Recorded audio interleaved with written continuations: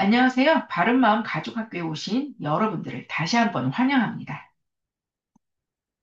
오늘 바른마음 가족학교 2강은 소피 루이스의 급진적 상상인데요. 계속해서 가족을 폐지하라에서 나오는 몇 가지 발제문을 함께 읽어보도록 하겠습니다. 가족을 폐지해야 하는데 어떤 가족을 폐지해야 할까? 소피 루이스의 답입니다. 읽어보도록 하겠습니다. 어떤 가족을 폐지한다는 거야? 한 가지 방법은 우리가 가족 폐지를 이야기할 때 백인, 이성애, 가부장, 식민주의적 핵가족, 가족, 즉 강요된 제도로서의 가족 말고는 다른 어떤 가족도 존재하지 않는다고 말하는 것이다. 백인도 이성애자도 부르주아도 식민자도 아닌 사람들이 아무리 가족을 열망하고 신화화하고 높이 평가하고 거기에 구체적인 형태를 입힌다 해도 가족은 폐지되어야 마땅하다. 이 사유와 수단은 가족을 60페이지에서 61페이지에 나오는 글이고요. 이번에는 물보다 더 진한 피를 혈연 담론으로 이야기하면서 가족 폐지론을 받아들이기 위해서는 이 혈연 담론을 먼저 버려야 한다라는 이야기를 합니다. 읽어보도록 하겠습니다. 혈연이라는 가치는 기능적으로 쓸모가 없다는 게 소피 루이스의 생각입니다. 현 시점에서 그것은 단지 제도로서의 가족을 치장하는 귀여운 포장지일 뿐이다. 그 안을 파고들면 물보다 더 진한 피는 항상 그리고 어쩌면 필연적으로 혈연 담론의 핵심 지시사항이자 근원적인 은유로 자리 잡고 있다. 따라서 가족 폐지론을 진지하게 받아들이려면 혈연 중심의 사고와 관행과 언어를 헐겁게 하고 몰아내고 털어버리려는 우리 모두의 비상한 노력이 필요하다. 예, 많이 건너떴습니다. 페이지 151에서 152페이지에 나오는 글인데요. 저는 이 글을 읽으면서 이런 생각이 들었습니다. 그렇다면 과연 혈연 담론은 사라질 수 있을까? 한번 여러분들도 생각해 보시고 답을 구해 보시기 바랍니다. 이번에는 소피 루이스가 가족의 대안으로 근족이라고 하는 개념을 소개하는데요. 읽어보도록 하겠습니다.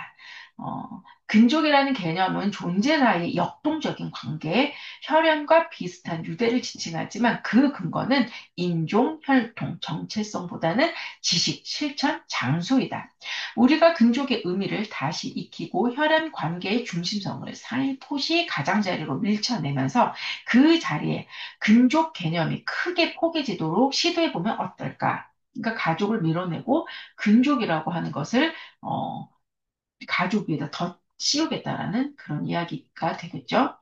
우리의 생물학적 가족 구성원을 포함한 근족 또는 더 바람직하게 동지가 되는 실천에 들어갈 때다. 돌봄, 나눔, 사랑은 현재로서는 혈연 관계 속에서만 추구하고 의지하고 기대하는 행위들이다라고 페이지 155페이지에서 이야기를 하고 있습니다. 가족 폐지를 주장하는 소피 루이스는 가족 제도와 맞서 싸우는 것을 주장하면서 그 모습은 다양한 모습이라고 다 이야기를 하고 있는데요. 특히 책에서 나오는 페미니스트 길모어의 주장은 좀 의미심장해서 제가 소개를 해보도록 하겠습니다. 폐지는 무언가가 없는 상태가 아니다. 그것은 무언가가 존재하는 상태다. 진정한 폐지란 바로 그런 상태다. 했는데 무언가가 없는 상태가 아니라 무언가가 존재하는 상태가 바로 폐지라고 길모어가 이야기를 하고 있고 바로 이러한 길모어의 개념을 가지고 소피 루이스는 가족 폐지를 주장을 하면서 자기 주장을 또 개진해 나갑니다. 계속 읽어보도록 하겠습니다. 우리는 민간에 내맡겨진 돌봄에 반기를 들고 부모의 권리에 저항하고 모든 사람이 다수의 돌봄을 받는 게 정상인 세상을 상상하기를 멈추지 않아야 하는 것이다. 가족제도 이후에 무엇이 나타날지 너무나도 궁금하다. 예, 바로 저는 이 부분이 이 길모어의 폐지를 받아들인 소피 루이스가 아닌가라는 생각을 합니다. 왜냐하면 가족제도 이후에 무엇이 있어야 되잖아요. 예. 그런데 바로 폐지를 했는데 그것은 뭔가가 존재를 하는 그러니까 무언가가 없는 상태가 아니라 무언가가 존재를 해요. 그게 바로 진정한 폐지라라는 이야기를 길모어가 하는 것을 보면은 바로 가족제도 이후에 이것이다라고 이야기를 하지 않고 상상으로서 우리의 상상으로서 그리고 그 상상을 계속 함으로써 예, 본인 소피 루이스는 어떠한 상상이 계속되고 있는지 궁금하다. 뭐 이런 이야기인 것 같습니다. 또 재밌는 이야기는 소피 루이스는 다수의 돌봄, 그러니까 공공 돌봄을 받는 게 정상인 세상이라고 이야기를 하면서 이러한 정상인 세상을 또 상상하기를 멈추지 말아야 한다고 당부를 하고 있는데요. 참, 이 말도 참 재미가 있습니다. 상상을 하는 것입니다. 그러니까 다수의 돌봄이 정상이고 바로 이러한 세상 우리가 계속 상상하기를 멈추지 않아야 된다라고 주장을 하는데 좀 이해가 저는 사실 잘 안 갑니다. 여러분들은 어떠신지 궁금하네요. 예, 지금까지 소피 루이스의 급진적인 주장을 읽어보았는데요. 제가 기사를 찾아보니까 2009년에 기사인데 가족이 희망이다라는 헤드라인으로 혈연보다 가까운 27명 공동체 가족이라는 기사를 발견했습니다. 이런 기사가 2019년도 아니고 2009년에 나왔다는 것에 저는 솔직히 굉장히 놀랐습니다. 그리고 이 기사의 내용을 보면은 혈연보다 가깝다라는 표현을 한 것으로 짐작을 해본다면 우리가 혈연은 아니지만 우리는 가족이다. 그런데 공동체를 이루는 가족이다. 뭐 이런 뜻인 것 같아요. 바로 소피 루이스가 혈연 중심의 가족에 대한인 근족이라는 개념과 좀 잘 맞아 떨어지는 것 같아가지고 소개를 해드렸습니다. 그리고 이 위에 보시는 사진은 서울 시민이 돌봄을 원한다라는 그런 시위하고 있는 모습의 사진인데요. 어느 때부터인지 가족이라고 하는 사적 공간은 공공이라는 이름으로 사회에 큰 관심을 받고 있는 것 같습니다. 그래서 제가 조금 더 검색을 해보았더니 역시 보건복지부에서 마련한 노인 맞춤 돌봄 서비스라고 있더라고요. 그리고 또 이렇게 양육 부담을 덜어주는 언제나 돌봄, 요거는 또 경기도 예 정책이고요. 또 장애인 돌봄 가정에 큰 힘을 준다, 뭐 이런 의미로서 어디나 돌봄, 이거 역시 또 경기도 정책입니다. 근데 제가 이제 여러 가지 찾아보았는데요. 이거 말고도 정말 굉장히 많은 맞춤형 돌봄 서비스가 아주 많았어요. 한번 궁금하시면은 검색해 보시면 좋을 것 같고요. 지금 방금 읽은 소피 루이스의 가족을 폐지하라에서 읽었던 텍스트를 생각해 보시면서 저희들이 가족의 유토피아적 생각에서 벗어나 부모의 권리에 저항하고 모든 사람이 다수의 돌봄을 받는 것이 정상인 세상이라고 소피 루이스가 주장을 했었는데요.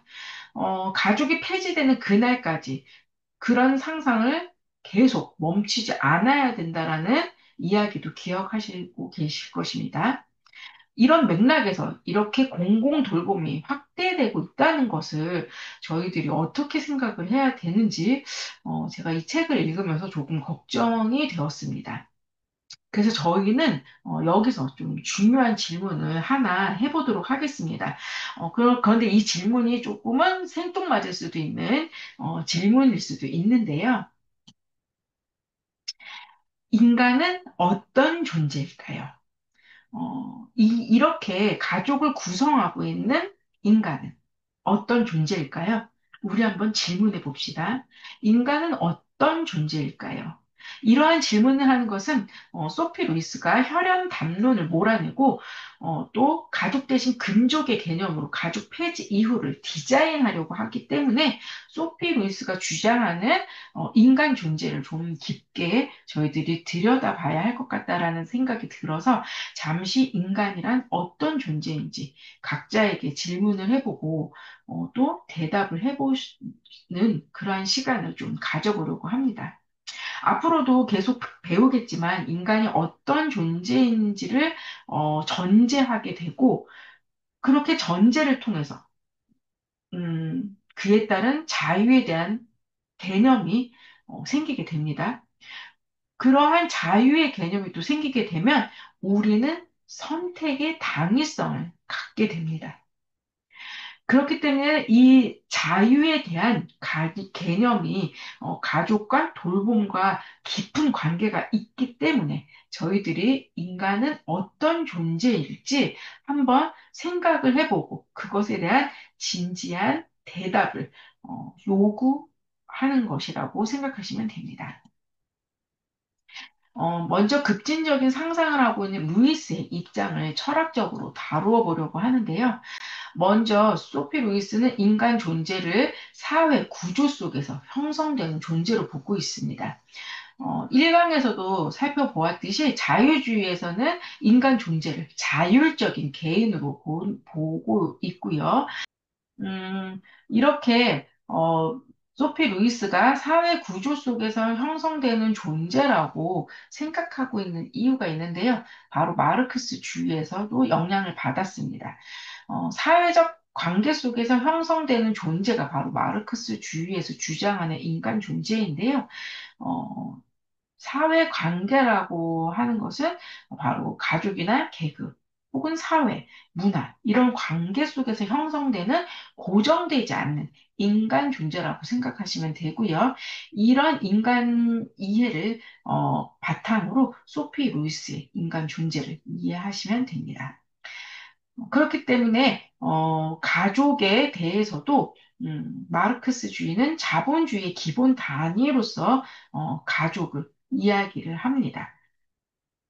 소피 루이스 역시 마르크스주의의 영향을 받았기 때문에 가족은 여성들에게 끊임없이 불평등을 요구하고 또 아이를 돌보면서 노동의 보수가 없는 억압과 불평등의 재생산 장치로 가족을 주장을 하게 됩니다. 그렇기 때문에 당연히 소피 루이스의 자유 개념은 이러한 억압과 불평등의 가족으로부터 해방되는 것이 참다운 자유라고 생각을 하겠지요. 그리고 자유주의에 또 영향을 받아서 자기 결정의 조건으로서 자유 개념을 생각을 합니다.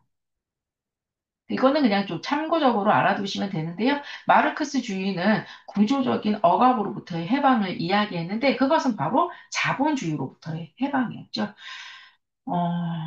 그리고 마지막으로 소피 루이스는 결국 사회를 유지하는 부분에 있어서는 폐지된 가족 제도를 위해서 공공 돌봄을 주장을 하고 또 대안적 돌봄 공동체를 상상하기를 계속 저희들에게 촉구하고 있었음을 그녀의 저서 가족을 폐지하라를 읽으면서 분석을 해보았기 때문에 이 정도로 잘 이해를 하고 계시고 기억을 하시면 앞으로 3강과 4강의 이해가 쉬울 것 같다라는 생각을 해서 좀 자세하게 설명을 해보았습니다.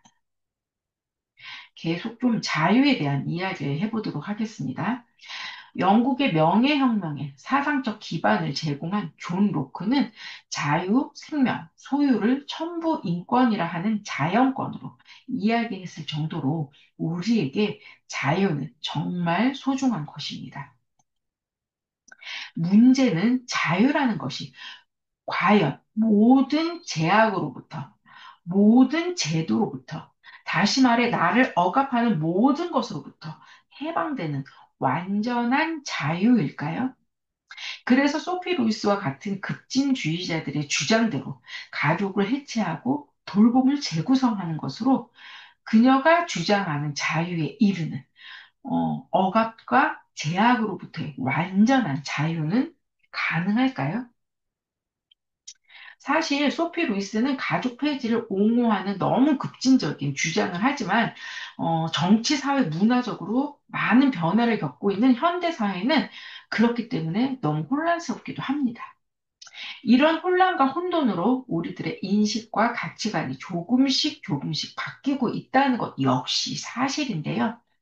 오늘 수업은 여기에서 마무리를 하고 다음 시간 3강에서 보수주의 가족관, 전통, 질서, 책임을 통해서 우리의 인식과 가치관을 견고하게 세우고 오늘 2강에서 배웠던 소피 루이스의 자유와 보수주의의 자유를 비교하면서 보수주의의 인간관을 통하여 보수주의의 가족관을 어, 배워보도록 하겠습니다.